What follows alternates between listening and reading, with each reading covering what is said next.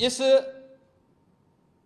पूरे बजट को अगर मैं कह सकता हूं कि यह बजट भारत को $5 ट्रिलियन की इकोनॉमी, दुनिया के ग्रोथ इंजन के रूप में भारत की भूमिका को और विकसित भारत की संकल्पना को साकार करने का एक आर्थिक दस्तावेज के रूप में यह देश की संसद में प्रस्तुत किया गया है।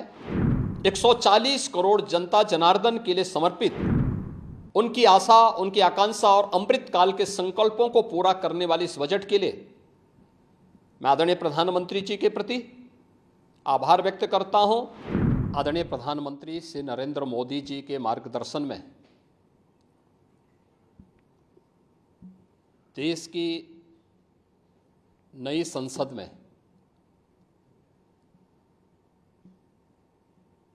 माननीय वित्त मंत्री जी ने देश का आम बजट प्रस्तुत किया है। यह बजट सर्वस्पर्शी, सर्वसमावेशी, विकासोन्मुख, 140 करोड़ भारतवासियों की आशा, आकांक्षा और अमृतकाल के संकल्पों को पूरा करने वाला सिद्ध होगा। आम बजट 2024-25 आत्मनिर्भर एवं विकसित भारत के निर्माण का एक आर्थिक दस्तावेज है। इस आम बजट में अंत्योदय की पावन भावना, विकास की असीम संभावना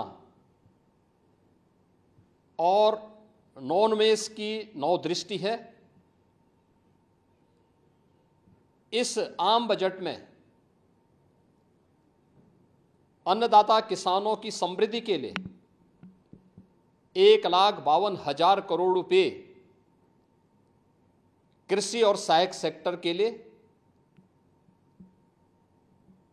महिला सशक्तिकरण के लिए 3 लाख करोड़ रुपए से अधिक का प्रावधान किया गया है। स्वाभाविक रूप से आधी आबादी, देश के सबसे बड़े राज्य उत्तर प्रदेश की आधी आबादी इससे सर्वाधिक लाभान्वित होने वाली है, और खासतौर पर तब जब उत्तर प्रदेश 2020 से ही मिशन शक्ति के कार्यक्रम को प्रभावी ढंग से यहां पर जमीनी धरातल पर उतार रहा है। सर्वाधिक अन्नदाता किसान उत्तर प्रदेश के अंदर निवास कर रहा है। उन अन्नदाता किसानों की समृद्धि में आज संसद में प्रस्तुत आम बजट बड़ी भूमिका का निर्वहन करने वाला है। युवाओं के लिए लाखों नौकरियों के साथ साथ मध्यम वर्गीय परिवार के लिए प्रत्यक्ष कर यानी इनकम टैक्स में जो नए टैक्स स्लैब की घोषणा हुई है, ये सभी अभिनंदनीय है, स्वागत योग्य है। इस पूरे बजट को अगर मैं कह सकता हूं कि यह बजट भारत को $5 ट्रिलियन की इकोनॉमी में बदलने के संकल्प के साथ ही दुनिया के ग्रोथ इंजन के रूप में भारत की भूमिका को और विकसित भारत की संकल्पना को साकार करने का एक आर्थिक दस्तावेज के रूप में यह देश की संसद में प्रस्तुत किया गया है। इस 140 करोड़ जनता जनार्दन के लिए समर्पित, उनकी आशा, उनकी आकांक्षा और अमृतकाल के संकल्पों को पूरा करने वाले इस बजट के लिए मैं आदरणीय प्रधानमंत्री जी के प्रति आभार व्यक्त करता हूं। माननीय केंद्रीय वित्त मंत्री माननीय श्रीमती निर्मला सीतारमण जी को और उनकी पूरी टीम का मैं अभिनंदन करता हूं। मध्यम वर्ग को राहत देने के लिए इस आम बजट में जो उपाय किए गए उसको लेकर क्या कहना?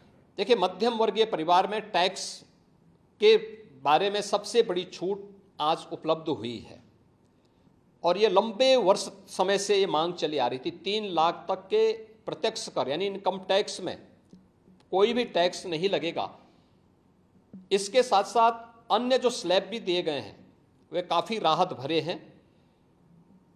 अलग अलग सेक्टर के लिए जो प्रावधान किए गए हैं, गांव के लिए, गरीब के लिए, किसान के लिए, नौजवान के लिए, एमएसएमई सेक्टर के लिए, ये लाखों नौकरियों को क्रिएट इससे होगा। इंडस्ट्री के लिए जो प्रावधान किए गए हैं मुझे लगता है ये सभी स्वागत योग्य हैं और नौजवानों के लिए, समाज के हर तबके के लिए, महिला सशक्तिकरण के लिए, अन्नदाता किसानों के लिए, सभी तबके के लिए जो कुछ भी प्रावधान इसमें किया गया है, मैं कह सकता हूं कि यह राम राज्य की अवधारणा को साकार करने वाला एक सर्वस्पर्शी, सर्वसमावेशी और विकासोन्मुख बजट के रूप में यह मोदी 3 का यह पहला बजट जाना जाएगा।